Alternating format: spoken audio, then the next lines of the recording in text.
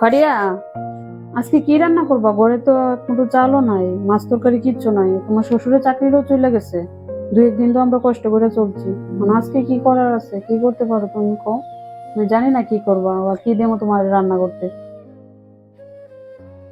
মা, আমি সব সময় এই জন্য আপনারে বলি, আপনি যে মানুষের কাছে সবসময় বড় বড় কথা বলতেন, আমার এইটা আছে ওইটা আছে, আজকে দেখেন নিজের দিকে, আজকে কিছুই নেই। এজন্য কখনো বড় কথা বলতে নাই। আপনি কি জানতেন আপনার কখন এরকম দিন দেখতে হবে?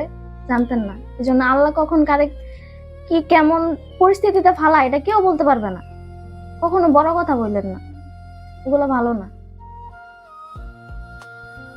আসলে বুঝতে পারছি, আমি একটু বেশি বেশি করতাম, মানুষের কাছে ডাব চাইতাম।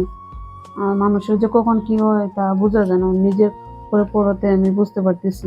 অহংকার মানুষকে বড় করে না, বরং মানুষকে মানুষ থেকে দূরে সরিয়ে দেয়। আজ যে শক্তি, টাকা বা ক্ষমতা আছে, কাল সেটা নাও থাকতে পারে।